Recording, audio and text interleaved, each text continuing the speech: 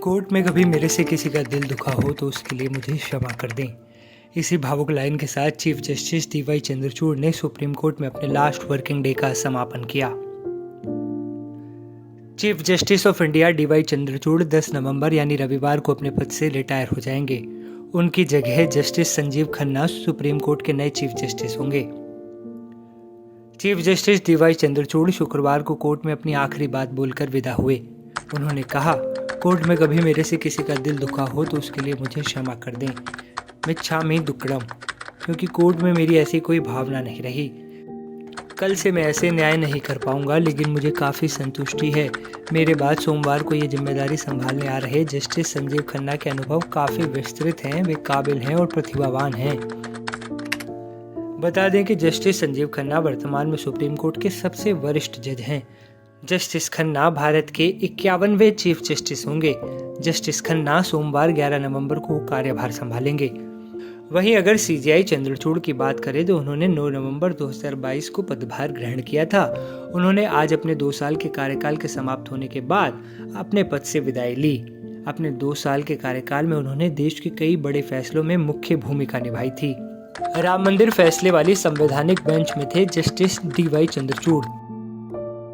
अयोध्या में राम जन्मभूमि पर मंदिर को लेकर जारी केस में सुप्रीम कोर्ट ने जो फैसला सुनाया था, उसकी 5 जजों की संवैधानिक बेंच में एक जज जस्टिस चंद्रचूड़ भी थे।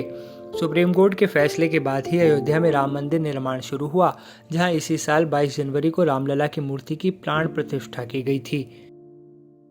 इलेक्टोरल बॉन्ड का खात्मा।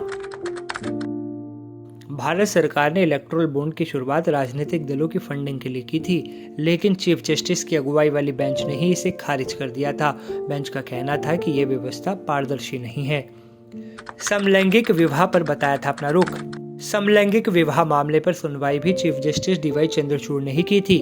उनकी बेंच ने समलैंगिक विवाह को मंजूरी देने से इनकार करते हुए कहा था कि इस पर फैसला हम संसद पर छोड़ते हैं। आर्टिकल 370 की मांग पर लंबी सुनवाई। अदालत ने आर्टिकल 370 हटाने को संविधान के तहत ही माना था।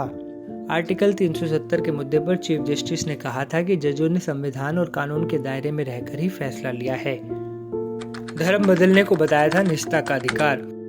केरल के मशहूर हादिया मैरिज केस में फैसला सुनाने वाली बेंच का भी जस्टिस डीवाई चंद्रचूड़ हिस्सा थे। बेंच का कहना था कि यदि कोई युवती बालिग है तो यह उसका अधिकार है कि वो किससे शादी करे। सबरीमाला मंदिर में महिलाओं के एंट्री पर फैसला। केरल के प्रतिष्ठित सबरीमाला मंदिर में रजस्वला स्त्रियों के प्रवेश पर रोक के खिलाफ भी सुप्रीम कोर्ट की जिस बेंच ने फैसला दिया था, सीजेआई चंद्रचूड़ उस बेंच का हिस्सा थे। उन्होंने फैसला सुनाते हुए अपनी राय दी थी कि ऐसा करना असंवैधानिक है।